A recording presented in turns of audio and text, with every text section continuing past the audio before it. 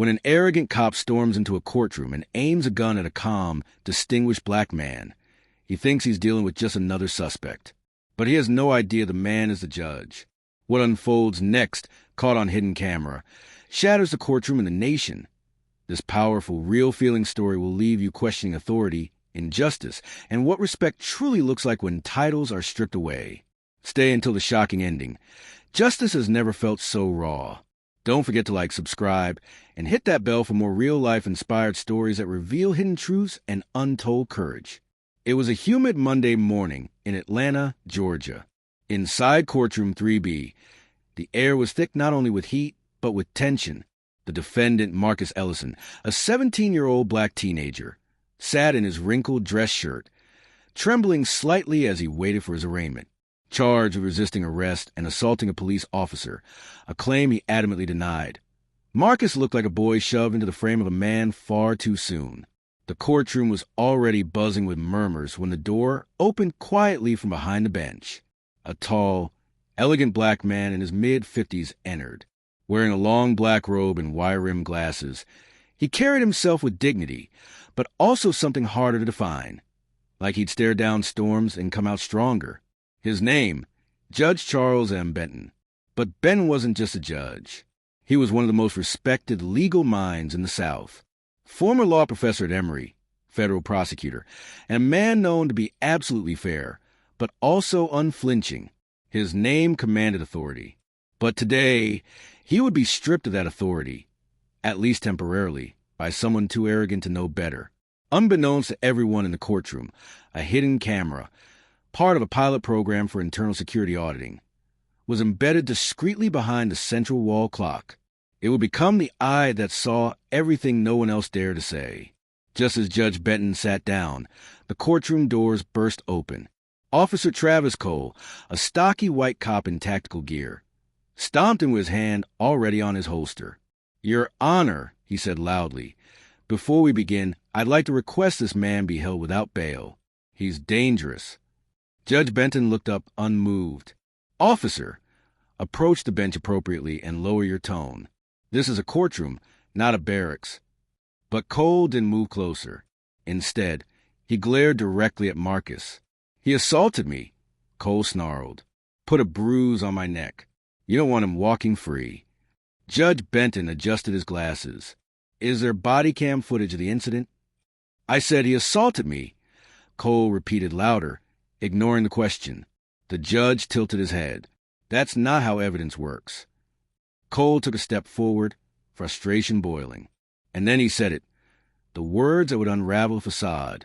"Why don't you take off that robe and see how he acts toward you?" There was a pause. A deep, grave pause. Gasps rang from the audience. Judge Benton narrowed his eyes. "Are you implying that without this robe, I wouldn't command the same respect?" Cole took another step toward the bench, hand now firmly gripping the butt of his gun. "I'm saying it's easy to talk big when you're hiding behind that robe." At that moment, two things happened. Judge Ben remained utterly still, and the hidden camera zoomed in just enough to capture the smirk forming on Officer Cole's face. And then he drew his gun.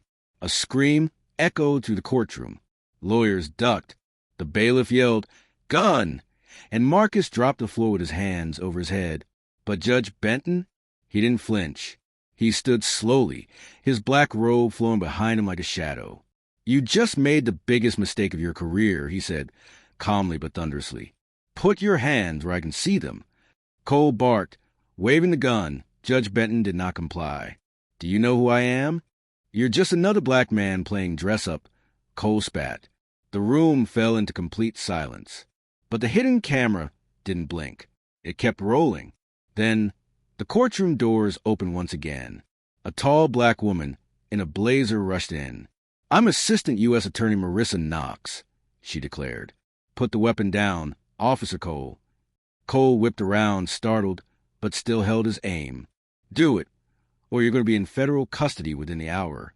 Marissa then looked at Judge Benton and nodded. "Sir." "Thank you, Counselor," he said. And then it clicked in Cole's mind. He lowered the gun slightly. "Sir, Judge Charles Benton, appointed to the 11th Circuit Court of Appeals. I oversee federal constitutional cases, including police misconduct, the judge said with razor-sharp precision. And I think we just found our next one. The courtroom erupted in murmurs.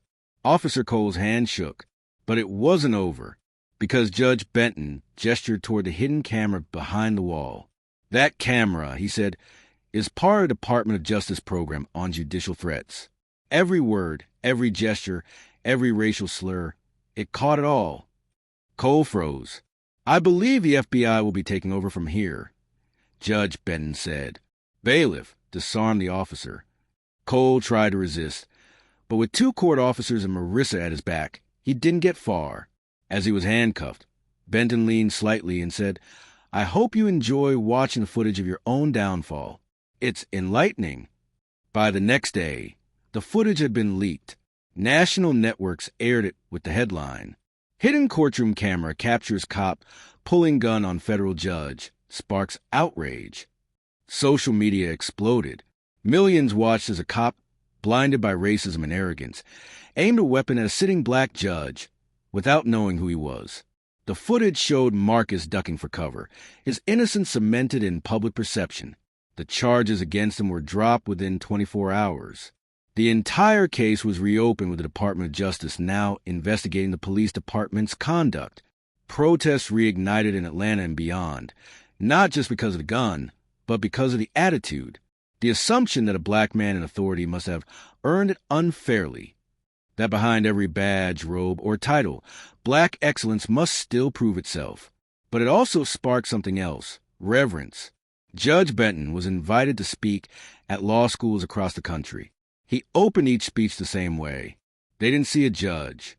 They didn't see an intellect. They didn't even see a man. They saw a threat. And I stood still, not because I wasn't afraid, but because someone had to. Officer Cole was federally charged for assault, attempted intimidation of a federal officer, and hate crimes under Title 18. He lost his badge, his pension, and the respect he thought he could command with a gun. In the end, the story wasn't just about a courtroom or a weapon. It was about sight. What do we choose to see in each other? And what are we blind to, even when it's standing right in front of us? Judge Benton didn't need to raise his voice. He didn't need to fight back. His calm, his identity, his dignity, they fought for him.